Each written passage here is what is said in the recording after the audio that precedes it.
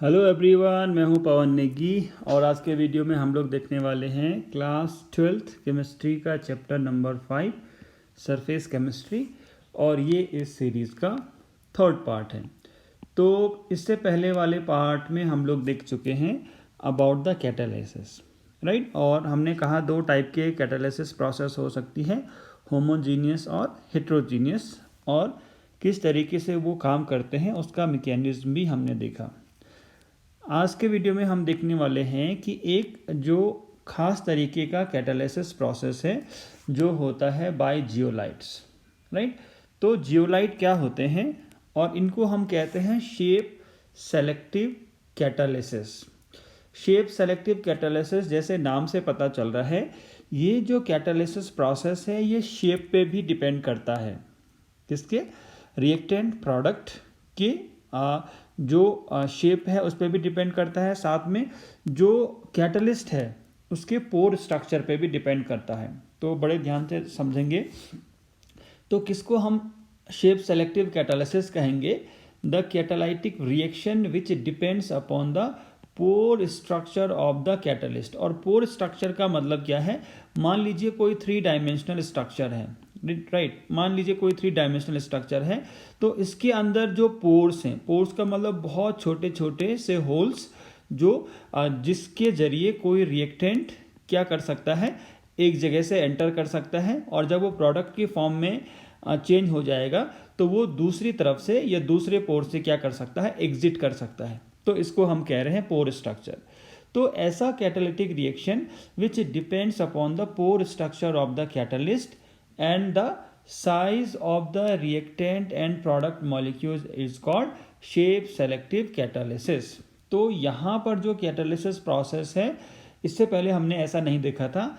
तो यहाँ पर जो कैटालिसिस प्रोसेस है वो 3 चीज़ों पे डिपेंड करता है, या ब्रॉडली 2 चीज़ों पे डिपेंड करता है। एक है पोर स्ट्रक्चर ऑफ द कैटालिस्ट। इसमें जो पोर स्ट्रक्चर है वो कैसे हैं? ऑब्वियस सी बात है, पोर स्ट्रक्चर का मतलब छोटे से होल्स, राइट। वो कैनाल की फॉर्म में भी हो सकते हैं और केसेस की फॉर्म में भी हो सकते हैं। तो पोर स्ट्रक्चर की वजह से अगर पोर साइज ऐसा है कि कुछ रिएक्टेंट इसमें एंटर ही नहीं कर पाएंगे, तो ऑब्वियस सी बात है उन पे कैटालिसिस का कोई असर नहीं होगा, and they are not going to change into the product. एक बात। दूसरा बात, the size of the reactant and product. तो रिएक्टेंट और प्रोडक्ट का भी साइज ऐसा होना चाहिए कि रिएक्टेंट क्या करे, इस पोर साइज में एंटर करे, और जो प्रोडक्ट है वो इस पोर साइज से एग्जिट करे।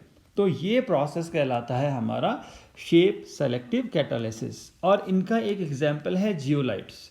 सो zeolites are good example of shape selective catalysis. तो होते क्या हैं जियोलाइट्स, उसको हम देख लेते हैं।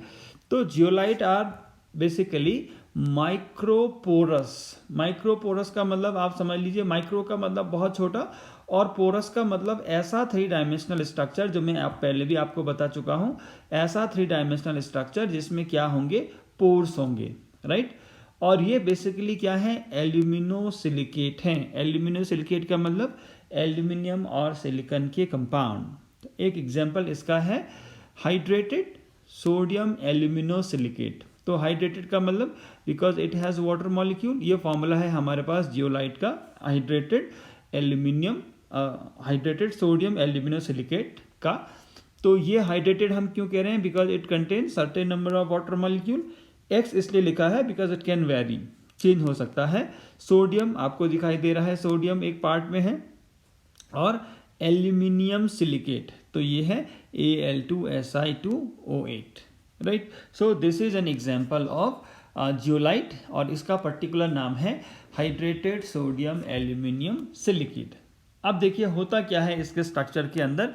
जैसे हमने कहा जो जियोलाइट है वो पोरस है, right. So these are porous and have cavities of molecular dimension. Cavities of molecular dimension का मतलब है ये जो पोर साइज है ये मॉलिक्यूलर डायमेंशन का है, मतलब इतना छोटा है कि मॉलिक्यूल इसमें एंटर कर सकते हैं, राइट। और आप लगा सकते हैं अंदाजा मॉलिक्यूल का साइज कितना छोटा होता है। सो दीज आर पोरस, और इनकी जो कैविटीज हैं, जो होल्स हैं, they are of molecular dimensions, ठीक है। इसके साथ साथ देखिए the internal structure of zeolite has a network of tunnels and cavities. तो अगर हम इसके अंदर के स्ट्रक्चर को देखें जियोलाइट के, तो यहाँ पर बहुत सारा क्या है, नेटवर्क है किसका, टनल्स एंड कैविटी। टनल्स का मतलब आप ऐसा समझ लीजिए एक पोर, ये पोर साइड जो एक साइड से दूसरे साइड में निकल जाता है, जरूरी नहीं वो स्ट्रेट हो, राइट। और कैविटीज का मतलब आप समझ लीजिए यहाँ टनल्स के बीच में साथ साथ कोई बड़े बड़े होल्स, राइट। इस तरीके से हम इसको समझ सकते हैं। तो कुछ खास टाइप के होल जो हमें दिखते हैं टनल्स के बीचों बीच, तो उनको हम कह सकते हैं कैविटीज। जरूरी नहीं ये एक स्ट्रेट लाइन में हो, मैं आपको समझाने के लिए बता रहा हूँ। तो ये केवल एक टनल को रिप्रेजेंट कर रहा है और यहाँ पर आपको क्या दिखाई दे रहा है, कैविटी दिखाई दे रहा है। तो ऐसा क्या है, ऐसा network of tunnel and cavities है within the zeolite. Zeolite के अंदर ऐसा है, और इन्हीं टनल्स और कैविटीज के जरिए क्या होते हैं, जो रिएक्टेंट है वो एक एंड से दूसरे एंड तक पहुंच पाएंगे, और वही रिएक्टेंट और प्रोडक्ट पहुंच पाएंगे जिनका साइज क्या होगा, उनको परमिट करेगा। अगर बहुत बड़ा मॉलिक्यूल है तो वो एंटर ही नहीं कर पाएगा, राइट।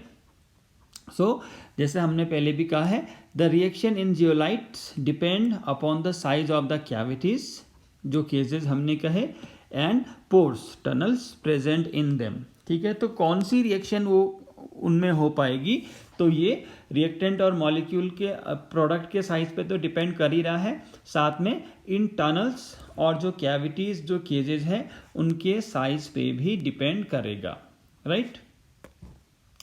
तो इनका जो बेसिक यूज है वो क्या है, it is used in petrochemicals. Petrochemical का मतलब है जो पेट्रोलियम इंडस्ट्रीज हैं उनमें यूज करते हैं हम। और उनमें क्यों यूज करते हैं कि जो बड़े बड़े हाइड्रोकार्बन हैं उनको छोटे हाइड्रोकार्बन में कन्वर्ट करने के लिए जियोलाइट का यूज होता है, और साथ में वाटर प्योरिफिकेशन में भी, ठीक है, पानी को साफ करने के लिए भी यूज होता है। और जनरली जो नेचुरल सोर्सेज हैं उनमें भी नेचुरली, ये जो हमने देखा था जियोलाइट का एग्जांपल, ये नेचुरली भी जो वाटर सोर्सेज हैं उनमें पाया जाता है, ठीक है। तो नेचर में जो पानी है वो भी कई बार आपको प्योर फॉर्म में मिलता है, तो वो किसकी वजह से, क्योंकि नेचुरली वहाँ पर क्या है, हाइड्रेटेड सोडियम एल्यूमिनियम सिलिकेट या और फॉर्म के जियोलाइट मिलते हैं, जो क्या करते हैं, इम्प्योरिटीज़ को अपने पोर साइज में से पास नहीं होने देते हैं। तो वाटर तो क्या है, मॉलिक्यूलर डायमेंशन का है, तो मान लीजिए वाटर इस पोर में से पास हो गया, और जो इम्प्योरिटी है जिसका साइज बड़ा है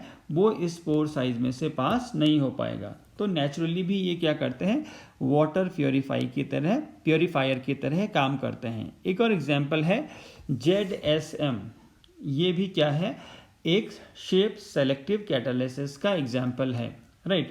हमने पहले जियोलाइट देखे, जियोलाइट अलग है और ZSM5 अलग है। तो जियोलाइट भी शेप सेलेक्टिव कैटालिस्ट का एग्जांपल है, और ZSM5 भी क्या है, एक शेप सेलेक्टिव कैटालिसिस का एग्जांपल है। और ये क्या करता है basically, which converts alcohol into gasoline by dehydrating them to give a mixture of hydrocarbon. अगर आप एल्कोहल, सिंपल एल्कोहल का भी फॉर्मूला देखोगे तो एल्कोहल का आपको पता है CH3 CH2 CH2OH, और भी कोई भी एल्कोहल आप लिख सकते हैं। तो इसमें आप देखिए क्या है, ऑक्सीजन भी, हाइड्रोजन भी है, कार्बन भी है। तो ये ZSM5 क्या करता है, इसको डिहाइड्रेट करता है।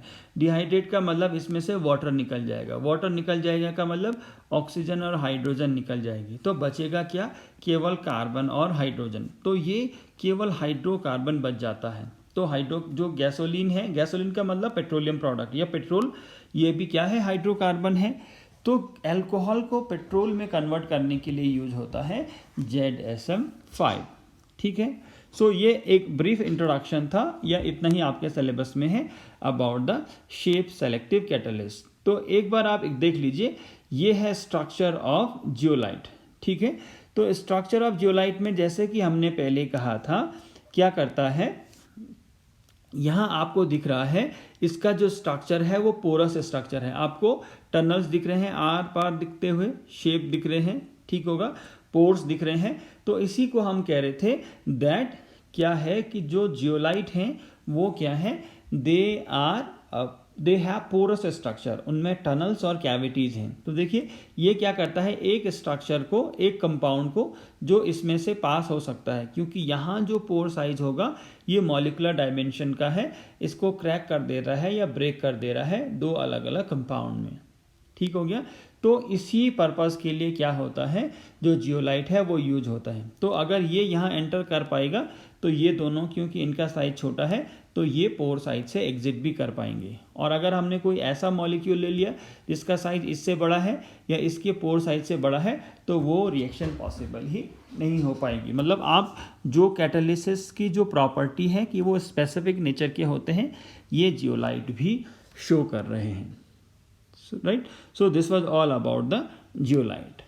तो अभी तक हमने काफ़ी कुछ पढ़ लिया है अबाउट द कैटलिस्ट। इसके बाद एक नया टॉपिक हम शुरू कर रहे हैं जिसका नाम है कोलाइडल स्टेट। और क्लास 9th में अगर आपको याद होगा, आपके पास था एक टॉपिक था व्हाट इज कोलाइडल सॉल्यूशन, कह देते थे उसको। तो क्या है कोलाइडल स्टेट, नाम से पता चल रहा है ये एक स्टेट है। स्टेट का क्या मतलब हुआ, किसी पर्टिकुलर स्टेट में कोई सब्सटेंस प्रेजेंट है। क्या स्टेट है वो देख लेते हैं। The colloidal state is not a substance, ये कोई पर्टिकुलर सब्सटेंस नहीं है, but it is a state of a substance. मतलब किसी पर्टिकुलर स्टेट में कोई सब्सटेंस कोलाइड हो भी सकता है, नहीं भी हो सकता। किसी सब्सटेंस का नाम नहीं है, सब्सटेंस की स्टेट का नाम है। राइट, और क्या है वो क्राइटेरिया क्या है basically, in which the molecular size is from 1 to 1000 nanometer. इस साइज के, इस मॉलिक्यूलर साइज के बीच में अगर मॉलिक्यूल का साइज होता है 1 to 1000 नैनोमीटर, तो वो क्या कहलाएगा, कोलाइडल स्टेट कहलाएगा। इससे नीचे भी साइज पॉसिबल होते हैं, इससे ऊपर भी साइज पॉसिबल होते हैं। राइट, तो इससे नीचे वाले को हम कह लेते हैं ट्रू सॉल्यूशन, हम देखेंगे, और इससे ऊपर वाले को हम कह लेते हैं सस्पेंशन। और हमारे डेली लाइफ में हम हमेशा इनसे हमारा क्या होता है, आमना सामना आप कह सकते हैं, true solution, colloidal state and suspension.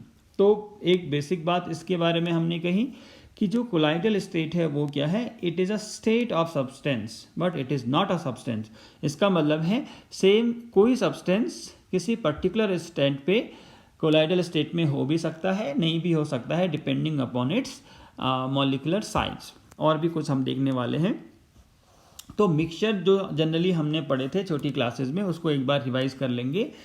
True solution हमने दिखा था, या जो सॉल्यूशन वाले चैप्टर में जो सॉल्यूशन हमने पढ़ा वही क्या है, आपका ट्रू सॉल्यूशन है। राइट, तो सॉल्यूशन क्या है, सेकंड चैप्टर जो हमने देखा उसकी डेफिनेशन हम वहाँ जानते हैं। It is a homogeneous mixture या solution which contains small solute particle, molecules और ions dispersed throughout a solvent. The particle size is less than 1 nanometer. तो जो ट्रू सॉल्यूशन है उसमें क्या होता है, एक सॉल्यूट पार्टिकल होता है और एक सॉल्वेंट होता है। राइट, एक सॉल्यूट होता है और एक सॉल्वेंट होता है। तो सॉल्यूट सॉल्वेंट में इस तरीके से मिक्स हो जाता है कि ये क्या बनाता है, एक होमोजीनियस मिक्सचर बनाता है। और यहाँ पर जो पार्टिकल साइज होता है, जो सॉल्यूट के पार्टिकल का साइज होता है, वो क्या होता है, 1 नैनोमीटर से कम होता है। 1 नैनोमीटर से कम होता है। ये होमोजीनियस होता है, जो हम सॉल्यूशन की डेफिनेशन में पढ़ चुके हैं। तो अगर आप NaCl सॉल्ट को वाटर में डालोगे तो ये क्या बनेगा, एक होमोजीनियस सॉल्यूशन बनेगा, NaCl एक्वस, जिसको हम कह देते हैं। तो ये क्या है, ये है ट्रू सॉल्यूशन। ये जनरली हम इसको सॉल्यूशन भी कह देते हैं, नो डाउट। इसके बाद जो दूसरा कैटेगरी है वो है सस्पेंशन। तो सस्पेंशन क्या है, हेट्रोजीनियस है। ध्यान दीजिए, जो सॉल्यूशन है वो तो होमोजीनियस था, और जो सस्पेंशन है वो क्या है, हेट्रोजीनियस है। सो it is a heterogeneous mixture which contains small insoluble particles. एक और डिफरेंस यहाँ पर है, इनसॉल्युबल पार्टिकल्स होते हैं, मतलब वो डिसॉल्व नहीं होते हैं सॉल्वेंट में, और इनका जो साइज है वो 1000 नैनोमीटर से बड़ा होता है। जैसे अगर आप क्या करोगे, सॉइल को वाटर में डिसॉल्व कर दोगे, ठीक है, तो थोड़ी देर के लिए आपको लगता है कि सॉइल मिक्स हो गई है, बट थोड़ी देर बाद आप इनको अलाउ करो अनडिस्टर्ब, तो जो मिट्टी के पार्टिकल हैं वो आराम से नीचे बैठ जाते हैं। They settle on the bottom of the container. और पानी ऊपर ऊपर रह जाता है या ऊपर मिट्टी के पार्टिकल कम होते हैं और नीचे क्या होते हैं, बॉटम में मिट्टी के पार्टिकल ज़्यादा होते हैं। तो अभी देखिए ये हेट्रोजीनियस मिक्सचर हो गया, जबकि NaCl में ऐसा नहीं था। एक बार नमक पानी में घुल गया अच्छी तरीके से या कंप्लीटली, तो आप नहीं कह सकते हैं कि नमक नीचे बैठ जाएगा, वो कभी बैठेगा ही नहीं नीचे, राइट। तो बट इसलिए वो क्या है, ट्रू सोल्यूशन क्या है, होमोजीनियस है। और ये कैसा है, हेट्रोजीनियस। हेट्रोजीनियस का मतलब एक जैसा नहीं है, नीचे नीचे आपको मिट्टी के पार्टिकल ज़्यादा दिखाई दे रहे हैं और ऊपर ऊपर आपको मिट्टी के पार्टिकल कम दिखाई दे रहे हैं। सो इट इज़ हेट्रोजीनियस। और कह रहा है इनसॉल्युबल, क्योंकि मिट्टी के पार्टिकल अगर डिसॉल्व हो जाते तो ऐसा हेट्रोजीनियस मिक्सचर तो आपको मिलता ही नहीं। तो ये क्या है, इनसॉल्युबल पार्टिकल्स हैं इसमें, जिनका साइज क्या है 1000 नैनोमीटर से बड़ा है। तो ये सस्पेंशन है। इन दोनों को हम ज़्यादा डिस्कस करने वाले नहीं हैं अभी। तो जो हम डिस्कस करने वाले हैं वो है कोलाइडल सॉल्यूशन। तो जो कोलाइडल सॉल्यूशन है वो भी हेट्रोजीनियस मिक्सचर ही है, ये बहुत इंपॉर्टेंट बात है। जो ट्रू सॉल्यूशन है वो होमोजीनियस है, जो सस्पेंशन है वो हेट्रोजीनियस है, जो कोलाइडल सॉल्यूशन है वो भी हेट्रोजीनियस है। और यहाँ पर क्या है, पार्टिकल साइज 1 to 1000 नैनोमीटर है। तो आप समझ लीजिए 1 नैनोमीटर से नीचे सॉल्यूशन, 1000 नैनोमीटर से ऊपर सस्पेंशन, और इसके बीच में क्या बनते हैं, कोलाइड बनते हैं। ठीक होगा। अब हम कुछ प्रॉपर्टी पढ़ेंगे, इन तीनों को कंपेयर करेंगे, राइट। तो नेचर आप देखिए, सस्पेंशन है हेट्रोजीनियस, मैं आपको बता चुका हूँ, कोलॉइड भी हेट्रोजीनियस है, और जो ट्रू सॉल्यूशन है वो होमोजीनियस है। सिंपल बात है। पार्टिकल साइज, तो जो सस्पेंशन है वो 1000 नैनोमीटर से बड़े हैं, कोलॉइड 1 to 1000 नैनोमीटर है, और जो ट्रू सॉल्यूशन है वो 1 नैनोमीटर से कम है। अब आप देखिए, अगर आप इनको सेपरेट करना चाहोगे तो सेपरेशन के लिए आपने लैब में हमेशा देखा होगा हम फिल्टर पेपर यूज़ करते हैं, ठीक है। और फिल्टर पेपर क्या है, बेसिकली एक पेपर मैश है जिसमें क्या होते हैं, बहुत छोटे पोर साइज होते हैं जो हमें नेकेड आई से नहीं भी दिखाई देते हैं, ठीक है। इस तरीके मैंने थोड़ा इसको क्या कर दिया, मैग्नीफाई करके बना दिया। अगर कोई पार्टिकल साइज बहुत छोटा है किसी पार्टिकल का, तो ये तो क्या कर जाएगा, इस पोर साइज में से निकल जाएगा, ठीक है। तो ऑर्डिनरी फिल्टर पेपर जो हम अपनी लैब में नॉर्मली यूज़ करते हैं, तो अगर क्या करोगे, उस ऑर्डिनरी पेपर से आप सस्पेंशन को फिल्टर करने की कोशिश करोगे। मान लीजिए आप ऐसा घर पे भी कर सकते हो, ये लैब में कर सकते हो। आपने किसी अमाउंट ऑफ वाटर में सॉइल को डिसॉल्व किया, अब आप कह रहे हैं कि मैं इसको फिल्टर पेपर से सेपरेट करूं, तो पॉसिबल है, आराम से पॉसिबल है, क्योंकि यहाँ सॉइल के पार्टिकल का साइज काफ़ी बड़ा है। It is greater than 1000 nanometer, right, it is greater than 1000 nanometer. तो ये इस पोर साइज में से पास ही नहीं हो पाएगा। और कौन पास हो जाएगा, सॉल्वेंट, वाटर, वो मॉलिकुलर डायमेंशन में है, काफ़ी कम साइज होगा कंपैरेटिवली, तो वो क्या होगा, इस पोर साइज में से चला जाएगा। तो एक जा रहा है, एक नहीं जा रहा है, इसी को तो हम सेपरेशन कह रहे हैं। तो हम क्या कर लेंगे, ऑर्डिनरी फिल्टर पेपर से सेपरेशन कर सकते हैं सस्पेंशन का, जबकि कोलाइड में ऐसा नहीं है। कोलाइड का जो साइज है वो सस्पेंशन के साइज से छोटा होता है। आपको पता है कोलाइड का जो साइज है वो सस्पेंशन के साइज से छोटा होता है, ठीक होगा। तो इसको नॉट पार्टिकल की जगह नॉट पॉसिबल लिखना चाहिए। तो देखिए, तो क्या होगा, नॉट पॉसिबल का मतलब है इस पोर साइज में से सॉल्वेंट भी चला जाएगा और साथ में जो कोलाइडल पार्टिकल है वो भी चला जाएगा। तो पॉसिबल ही नहीं है सेपरेशन। जब दोनों ही पास हो जा रहे हैं तो सेपरेशन तो पॉसिबल है ही नहीं। और इसके बाद आप देखेंगे कि जो ट्रू सोल्यूशन है उसका पार्टिकल साइज तो और भी छोटा है, तो वहाँ भी सॉल्वेंट और सॉल्यूट दोनों पास हो जाएंगे। तो ट्रू सोल्यूशन भी सेपरेट नहीं हो सकते हैं बाय ऑर्डिनरी फिल्टरेशन या ऑर्डिनरी फिल्टर पेपर, और जो कोलाइड है वो भी सेपरेट नहीं हो सकते हैं। इसके बाद अल्ट्रा फिल्ट्रेशन हम यूज़ करते हैं। अल्ट्रा फिल्ट्रेशन का मतलब अल्ट्रा फिल्टर पेपर, और अल्ट्रा का क्या मतलब है कि ये पोर साइज और छोटे हमने कर दिए। मैं कुछ लाइन और ड्रॉ कर दे रहा हूँ केवल ये समझाने के लिए कि पोर साइज हमने रिड्यूस कर दिया, राइट। तो मैं कुछ लाइन और ड्रॉ कर रहा हूँ, आप देख पा रहे होंगे। तो हमने क्या कर दिया, अभी पोर साइज को रिड्यूस कर दिया और छोटा पोर साइज कर दिया, ठीक है। तो पोर साइज और छोटा करने के बाद क्या होगा, क्या सस्पेंशन अभी भी सेपरेट हो पाएगा? जो ऑर्डिनरी फिल्टर पेपर से सेपरेट हो गया तो वो तो अल्ट्रा फिल्टर पेपर से सेपरेट हो ही जाएगा, क्योंकि वाटर जो है वो सॉल्वेंट है, उसके पार्टिकल साइज तो मॉलिक्यूलर डायमेंशन में है, बहुत छोटे हैं, वो तो इस पोर साइज से पास हो ही जाएंगे। बट सॉइल के पार्टिकल अगेन काफ़ी बड़े हैं तो ये पास नहीं होंगे, तो इसका तो पॉसिबल है ही है। ठीक है, अब यहाँ पर ध्यान देने वाली बात है कि कोलाइड का सेपरेशन भी पॉसिबल है बाय अल्ट्रा फिल्टरेशन या अल्ट्रा फिल्टर पेपर। क्यों? क्योंकि अभी हमने पोर साइज रिड्यूस कर दिया है, तो पोर साइज रिड्यूस करने की वजह से जो कोलाइड का पार्टिकल है वो अभी इसमें से पास नहीं हो पाएगा, जबकि सॉल्वेंट पास हो जाएगा। तो यहाँ ये भी पॉसिबल है। और ट्रू सोल्यूशन का अभी भी पॉसिबल नहीं है। ट्रू सोल्यूशन को आप किसी भी फिल्टरेशन प्रोसेस के जरिए सेपरेट नहीं कर सकते हैं, क्योंकि वो कम्प्लीटली डिसॉल्व हो गया है। और यहाँ पर जो सॉल्यूट है और जो सॉल्वेंट है वो दोनों क्या होते हैं, मॉलिक्यूलर डायमेंशंस में होते हैं, तो दोनों के दोनों ही पास हो जाएंगे even through the ultra filter paper, तो सेपरेशन नहीं हो पाएगा। राइट, तो ये था सेपरेशन। इसके बाद है settling of particle. Settling of particle का मतलब है एक बार आपने सॉल्यूट और सॉल्वेंट को मिक्स करके छोड़ दिया तो क्या सॉल्यूट के पार्टिकल नीचे सेटल हो जाते हैं? तो आपने ऐसा देखा है कि इसमें सस्पेंशन में मैंने बताया आपको कि अगर आप सॉइल को वाटर में डिसॉल्व कर दो तो सॉइल के पार्टिकल अपने आप सेटल हो जाते हैं। ठीक है, तो सस्पेंशन में हम देखेंगे सेटल अंडर ग्रेविटी। और ऐसा क्यों होता है? क्योंकि सॉइल के पार्टिकल भारी हैं, राइट, वो हैवी हैं, उनका साइज बड़ा है, तो वो अपने आप से क्या होंगे, they will settle under the influence of gravity. ठीक है, और जो ट्रू सोल्यूशन है वो तो सेटल नहीं होंगे, डू नॉट सेटल। आप नमक को पानी में घोल दीजिए, नमक सेटल होने वाला नहीं है।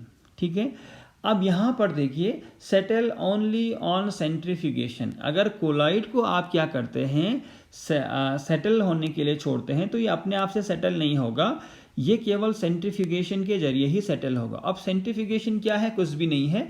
आपने एक टेस्ट ट्यूब लिया, राइट, आपने क्या लिया, एक टेस्ट ट्यूब लिया।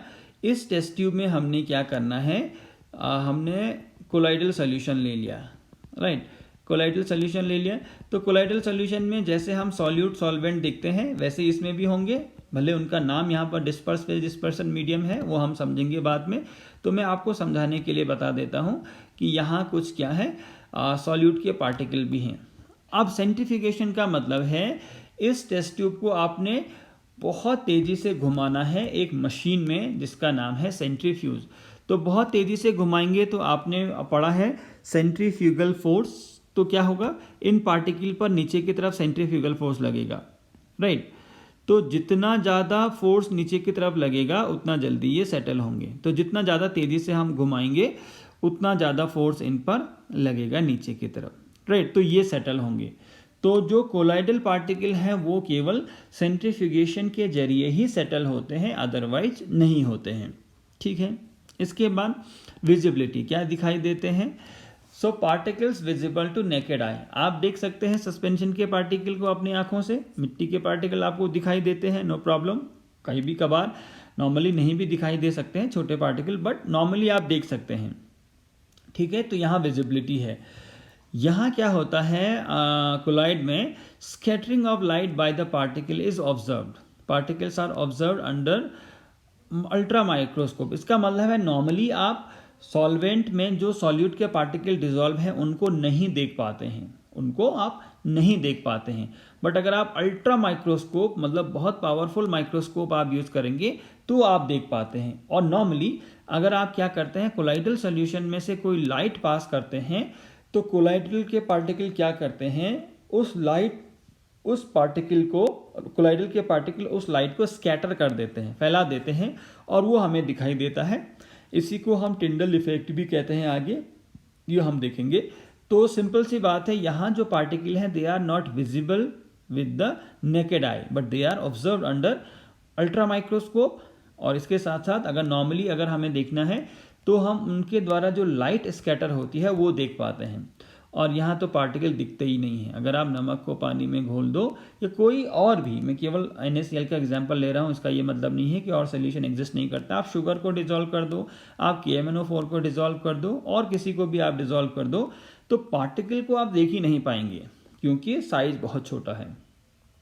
अपीयरेंस, देखने में कैसे लगते हैं, ओपेक। जो सस्पेंशन है वो ओपेक है। अगर आप मिट्टी को पानी में घोल दो अच्छी तरीके से एक बार, तो जब तक वो सेटल नहीं हुई है, उससे की पहली बात हो रही है, तो आपको आर पार नहीं दिखाई देगा। और जो कोलॉइड है वो ट्रांसल्यूसेंट होते हैं। ट्रांसल्यूसेंट का मतलब पार्शियली ट्रांसपेरेंट, ठीक होगा। और जो ट्रू सॉल्यूशन है वो ज़्यादातर केसेस में ट्रांसपेरेंट होते हैं, ठीक है। टिंडल इफेक्ट क्या होता है, सस्पेंशन भी शो करते हैं, कोलॉइडल सॉल्यूशन भी शो करते हैं, और जो आपके ट्रू सॉल्यूशन है वो शो नहीं करते हैं। टिंडल इफेक्ट हम आगे बड़े डिटेल में पढ़ेंगे तो वहाँ डिस्कस करेंगे। ब्रोनियन मोमेंट भी हम आगे डिस्कस करेंगे क्या होता है। तो कई बार सस्पेंशन में भी आपको दिख सकता है, कोलॉइडल में तो दिखता ही दिखता है, और ट्रू सॉल्यूशन में नहीं दिखता है। तो ये जो टिंडल इफेक्ट और ब्रोनियन मोमेंट है ये हम आगे डिस्कस करेंगे डिटेल में, राइट। इसके बाद फेजेस ऑफ कोलॉइड्स, जैसे मैंने कहा कि जो आपका सॉल्यूशन है उसमें दो चीज़ें होती हैं, सॉल्यूट एंड सॉल्वेंट। तो जो कम अमाउंट में है हम उसको सॉल्यूट कह देते हैं, जो ज़्यादा अमाउंट में है उसको हम सॉल्वेंट कह देते हैं। ठीक यहाँ पर भी क्या है, डिस्पर्स फेज और डिस्पर्सन मीडियम। तो मीडियम से आप अंदाज़ा लगाइए कि ये सॉल्वेंट के लिए यूज हो रहा है, केवल नाम का अंतर है बस, ठीक है। और डिस्पर्स फेज का मतलब हो गया सॉल्यूट। सो डिस्पर्स फेज क्या है, it is the component present in the small proportion and it just like solute in a solution, जैसे मैंने आपको बताया। और डिस्पर्शन मीडियम क्या है, it is the component present in excess and it just like a solvent in solution. तो solute मतलब disperse phase और सॉल्वेंट का मतलब डिस्पर्शन मीडियम हो गया। इसके बाद हम क्या करेंगे दोस्तों, कोलॉइड्स हमने समझ लिए, उसका जनरल डेफिनेशन हमने समझ लिया। अब हम देखेंगे इसका क्लासिफिकेशन, राइट। अब हम देखेंगे इसका classification. So classification of colloids, हम कोलॉइड्स को कई तरीके से क्या कर सकते हैं, क्लासीफाई कर सकते हैं। क्या क्या है वो क्राइटेरिया जिनके बेसिस पे हम क्लासीफाई कर सकते हैं। Number 1, on the basis of physical state of the disperse phase and dispersion medium. तो जैसे हमने सॉल्यूशन को कैटेगराइज किया था सॉल्यूट और सॉल्वेंट के फिजिकल स्टेट, मतलब वो सॉलिड भी हो सकता है, लिक्विड भी हो सकता है, गैस भी हो सकता है। और उसके बेसिस पे हमने कहा था there are 9 types of solution, 3 होते हैं सॉलिड सॉल्यूशन, 3 होते हैं लिक्विड सॉल्यूशन और 3 होते हैं गैसियस सॉल्यूशन, ठीक है। अब यहाँ कोलॉइड में क्या है वो भी हम लोग देख लेते हैं। तो on the basis of physical state of the disperse phase and dispersion medium क्या होते हैं, ये जो कोलॉइड हैं they are classified into 8 types, ठीक है। जो सॉल्यूशन थे वो 9 टाइप्स के थे, कोलॉइड 8 ही टाइप्स के हैं। क्यों, ये भी हम लोग देखेंगे। तो पहले एक टेबल हम लोग देखते हैं। Disperse phase, dispersion medium, disperse phase solid solid solid, और dispersion medium solid liquid gas हो सकता है। Disperse phase liquid liquid liquid, और dispersion medium solid liquid gas, ठीक होगा। अब देखिए डिस्पर्स फेज गैस गैस, तीसरी बार गैस नहीं आया, और यहाँ सॉलिड लिक्विड, यहाँ भी तीसरी बार गैस नहीं आया। तो ऐसा क्यों है, क्योंकि गैस प्लस गैस ये हमेशा क्या करता है, एक होमोजीनियस सोल्यूशन बनाता है। आपको पता है gases are free to move और वो यूनिफॉर्मली डिस्ट्रीब्यूट हो जाती हैं। तो जब भी दो गैसेस को आप मिक्स करोगे, अगर वो मिक्स होने लायक हैं तो वो होमोजीनियसली मिक्स होंगे। इसका मतलब है उनका हेट्रोजीनियस मिक्सचर नहीं बन पाएगा, और हेट्रोजीनियस मिक्सचर नहीं बन पाया तो कोलॉइड ही नहीं बनेगा, क्योंकि कोलॉइड का डेफिनेशन ही है कि उनका क्या होना चाहिए, हेट्रोजीनियस मिक्सचर होना चाहिए, राइट। अब आप देखिए, हम इनके एग्जाम्पल देख लेते हैं। सॉलिड सॉलिड, अगर डिस्पर्स फेज में सॉलिड है, डिस्पर्सन मीडियम में सॉलिड है, तो जो टाइप ऑफ कोलॉइड है वो है सॉलिड सोल। और एग्जाम्पल है कलर्ड जेमस्टोन, जो आप अंगूठियों में पहनते हैं, अलग अलग टाइप के पत्थर, इससे कुछ भला हो जाएगा कह के, तो उनको हम कहते हैं कलर्ड जेमस्टोन, ठीक है। तो ये एग्जाम्पल है सॉलिड सोल का, मतलब वो भी एक कोलॉइड है, ठीक है। सॉलिड का लिक्विड में इसको हम कहते हैं सोल, ठीक है। तो कई बार कंफ्यूजिंग नाम भी होता है। एक सॉलिड सोल आपको और भी दिखाई देगा, देखिए एक सॉलिड सोल यहाँ है और एक सॉलिड सोल यहाँ है, ठीक है। तो सॉलिड सोल का मतलब है डिस्पर्शन मीडियम में जब भी सॉलिड हो, और कहीं डिस्पर्शन मीडियम में सॉलिड है, यहाँ एक जगह और है, बट क्योंकि वहाँ लिक्विड डिस्पर्स फेज में है तो उसको जेल हम कह दे रहे हैं। तो डिस्पर्सन मीडियम में सॉलिड है और डिस्पर्स फेज में सॉलिड या गैस है तो उसको हम क्या कहेंगे, सॉलिड सोल कहेंगे। इसके बाद डिस्पर्स फेज में सॉलिड, डिस्पर्सन मीडियम में लिक्विड, तो ये ओनली क्या कहलाएगा, सोल। पेंट्स जो हम घरों में यूज़ करते हैं वो इसका एग्जाम्पल है। डिस्पर्स फेज में सॉलिड, डिस्पर्सन मीडियम में गैस, तो ये है एरोसॉल और इसका एग्जाम्पल है स्मोक, राइट, हम लोग जानते हैं। इसके बाद डिस्पर्स फेज में लिक्विड, डिस्पर्शन मीडियम में सॉलिड, ये है जेल, राइट, और जेली जैम तो हम लोग जानते ही हैं, यूज करते हैं। दोनों अगर लिक्विड हो गए तो ये होता है इमल्सन। दोनों अगर लिक्विड हो गए, डिस्पर्स फेज भी डिस्पर्शन मीडियम भी, तो ये होता है इमल्शन। और एग्जाम्पल है मिल्क सिरप, मतलब जो कभी आपने कफ सिरप वगैरह जो दवाइयाँ आपने ली होंगी सिरप की फॉर्म में, वो भी क्या है, कोलाइड है, ठीक है। डिस्पर्स फेज में लिक्विड, डिस्पर्शन मीडियम में गैस, तो ये भी एरोसॉल। तो देखिए एरोसॉल जब भी डिस्पर्शन मीडियम में गैस होगा तो हम उसको कहेंगे एरोसॉल, ठीक है। तो डिस्पर्स फेज में सॉलिड भी हो सकता है, लिक्विड भी हो सकता है, बट गैस नहीं हो सकता है, आपको पता है क्यों, ठीक है। तो एरोसॉल के example fog, cloud and mist, इन तीनों में एग्जाम्पल क्या डिफरेंस है वो भी थोड़ा बहुत हम देखेंगे। तो लिक्विड जब गैस में डिस्पर्स होता है तो वो भी एरोसॉल है, जब सॉलिड गैस में डिस्पर्स होता है वो भी एरोसॉल है, ठीक है। इसके बाद देखिए गैस इन सॉलिड, तो इसको हम कहते हैं again solid sol. Gas in solid भी सॉलिड सोल और सॉलिड इन सॉलिड भी सॉलिड सोल। तो इसके एग्जाम्पल हैं pumice stone and foam rubber. क्या होते हैं प्यूमाइस स्टोन, फोम रबर, हम देखेंगे आगे। गैस इन लिक्विड, ठीक है, ये है फोम। फोम का मतलब झाग, जो हम यूज करते हैं, जैसे सोप लेदर, साबुन से बनने वाला झाग, और सोडा वाटर जो हम लोग यूज करते हैं कई बार, ठीक है। तो ये कुछ एग्जाम्पल थे क्लाइड के जो हमने क्लासीफाई किया on the basis of their physical state. अब कुछ चीज़ें हमने जो यहाँ पर देखी हैं जो शायद आप लोगों ने नहीं सुना होगा। प्यूमाइस स्टोन क्या होता है, देखिए ये एक पत्थर आप समझ लीजिए, प्यूमाइस स्टोन ये एक पत्थर आप समझ सकते हैं, क्योंकि क्या है, गैस सॉलिड में डिजॉल्व है। सो it is formed in volcanic eruption, और इसमें से क्या होती है, कार्बन डाइऑक्साइड डिजॉल्व होती है रॉक्स में, और वो निकलती है उस टाइम में जब रॉक्स क्या होती है, सॉलिडिफाई होती है। जब वॉल्केनिक इरप्शन हो रहा होगा तो आपको पता है जो रॉक्स होंगी वो मोल्टन फॉर्म में होंगी, और उस हाई टेम्परेचर पे जो गैसेज हैं वो स्केप कर जाती हैं। तो जब वो सॉलिडिफाई हो जाता है तो उस रॉक्स के पीस में आपको बहुत छोटे छोटे से होल्स दिखते हैं, जो कैसे बनते हैं, by the escaping of gases. और ये एक ब्यूटी एड की तरह यूज होता है। ब्यूटी एड का मतलब है कि आपने इसको स्किन को रब करने में यूज होता है। कई बार मार्केट में आपने देखा भी होगा या यूज भी किया होगा। So it is used as a beauty aid. Pumice stone market में मिल जाता है, आप देखिए एक बार। Foam rubber, it is use to prepare air filled matrix structure, ठीक है। तो फोम रबर जो मैट्रिसेस वगैरह यूज करते हैं आप, उसमें यूज होता है, ठीक होगा। फॉग, मिस्ट एंड क्लाउड, तो ये सारे के सारे क्या हैं, जनरली इनमें क्या होता है, जो वाटर ड्रॉपलेट्स हैं they are disperse in the air. यही तो है, क्लाउड कैसे बनते हैं आपको पता है, वाटर के कंडेंसेशन से एयर में। तो फॉग और मिस्ट भी उसी का एक फॉर्म है, बट थोड़ा बहुत अंतर दोनों में है। तो both are created by water droplets differing only in their overall location and density.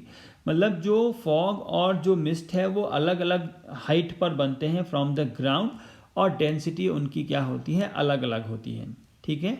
Fog is a cloud that reaches ground level even if that ground is hill or mountain top. मतलब fog कहाँ तक पहुँच जाता है, बिल्कुल ground level तक पहुँच जाता है, चाहे वो हिल पर है चाहे माउंटेन पर है, बट वो अर्थ सरफेस को टच कर देता है, यही बात है, ठीक है। और मिस्ट इसी का मिलता जुलता रूप है, वो क्या है, forms whenever water droplets are suspended in the air by temperature inversion, volcanic activity और changes in humidity। तो यहाँ पर मिस्ट भी क्या है, बेसिकली वाटर ड्रॉप्स की कंडेंसेशन से बनता है इसमें एयर में। अब टेम्परेचर इन्वर्जन को थोड़ा अगर आप समझेंगे हम, तो टेम्परेचर इन्वर्जन का क्या मतलब होता है, जनरली जब आप ग्राउंड से ऊपर चलोगे तो क्या होता है, टेम्परेचर कम होता है। ठीक है, ज्योग्राफी में या एसएसटी में आपने पढ़ा होगा, जब आप ग्राउंड सरफेस से ऊपर की तरफ चलोगे तो टेम्परेचर कम होता है।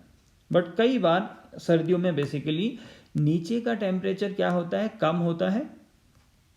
ठीक है, और ऊपर का टेम्परेचर, मतलब जैसे ग्राउंड सरफेस से आप ऊपर जा रहे हो तो जो नीचा जो हाइट है वहाँ का टेम्परेचर कम और ऊपर का टेम्परेचर ज़्यादा होता है, तो उसको हम कहते हैं टेम्परेचर इन्वर्जन। और टेम्परेचर इन्वर्जन की वजह से यहाँ जो टेम्परेचर कम हुआ है, यहाँ क्या हो जाएगा, वाटर ड्रॉपलेट्स बनेंगी या वाटर वेपर का कंडेंसेशन होगा। ठीक है, ये है कंडीशन बनने की, मिस्ट बनने की। ठीक है, fog is denser then mist, जो डेंसिटी हमने कहा था डिफरेंसेस हैं, तो जो फॉग है उसकी डेंसिटी ज़्यादा होती है मिस्ट से, और जो फॉग है वो ज़्यादा लंबे समय तक रह सकता है। ठीक है, फॉग की डेंसिटी ज़्यादा घना लगता है कोहरा, राइट, तो उसकी डेंसिटी ज़्यादा होती है, मिस्ट की डेंसिटी कम होती है। ठीक है, and in terms of visibility fog reduces to it less than 1 kilometer while mist can reduce the visibility 1 to 2 kilometer. मतलब जो फॉग है उसकी वजह से विजिबिलिटी बहुत कम हो जाती है, और कई बार आप सर्दियों में देखते हैं जो ट्रेनें हैं वो कैंसिल हो जाती हैं, फ्लाइट कैंसिल हो जाती हैं, क्योंकि इतना ज़्यादा घना कोहरा या फॉग लगता है। ठीक है, मिस्ट क्या है, कम डेंसिटी का फॉग मान लीजिए आप सीधा सीधा, राइट, कम डेंसिटी का फॉग है मिस्ट, और इसकी वजह से इतना ज़्यादा विजिबिलिटी कम नहीं होती है। अप टू 2 किलोमीटर लिख रहा है, 1 to 2, इसमें तो बहुत कम हो जाएगी विजिबिलिटी। ठीक है, तो ये था मिस्ट और फॉग का डिफरेंस। तो ये हमने केवल देखा अभी तक classification on the basis of physical state. So this was all about the part 3 of the surface chemistry. तो इसमें हमने कोलाइडल स्टेट शुरू किया है और उसको हम और आगे डिटेल में देखेंगे। तो आई होप आपको ये लेक्चर समझ में आया होगा। इन केस आपका कोई डाउट है तो प्लीज़ कमेंट कीजिए, and thank you very much for watching this video. Thank you.